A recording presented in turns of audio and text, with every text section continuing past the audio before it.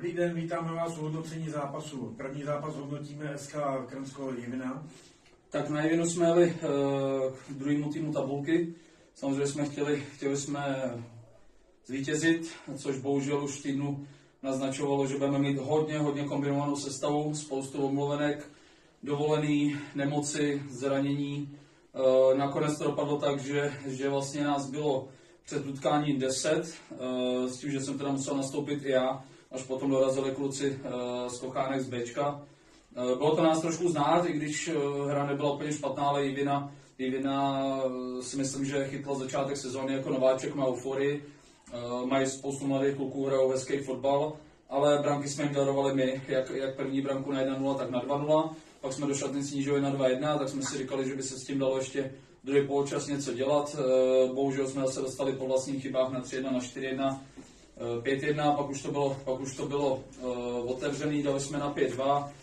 Myslím si, že to utkání už se jenom dohrálo. Já jsem rád, že se hlavně v tom utkání nikdo další nezranil a že jsme to tam odehráli tak nějak ze ctí.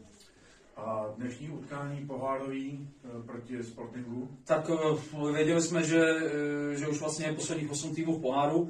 Já jsem říkal před sezónou, že bychom minimálně jednu trofej chtěli vyhrát, takže bychom chtěli ten pohár vyhrát.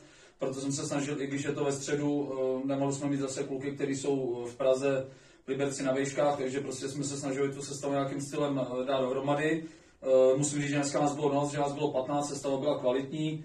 Bohužel zase zraněný prostě brzy, pady odkulhal, nevím, jak na tom bude na sobotu, ale k utkání start snů v 8 minutě vedeme 3-0, pak jak to bývá, to trošku odpadne, přišly ty zranění, Sporting stáhnul na 3-2, pak krásně Pepa jepsl hlavou na 4-2. Celkově si myslím, že to bude dneska koukatelný fotbal, spousta šancí na obě strany, ze střední vzdálenosti, bylo tam toho hodně, takže já beru jako úspěch postup do té jarní části pohárový a tím bych to asi ukončil. A máte nějakou pozvánku na příští zápas s Chotětovem? Tak teď hrajeme doma s Chotětovem s Bčkem. Mě zase zavolali povinnosti k pískání, takže bude pověřený vedením Hans a Dufa.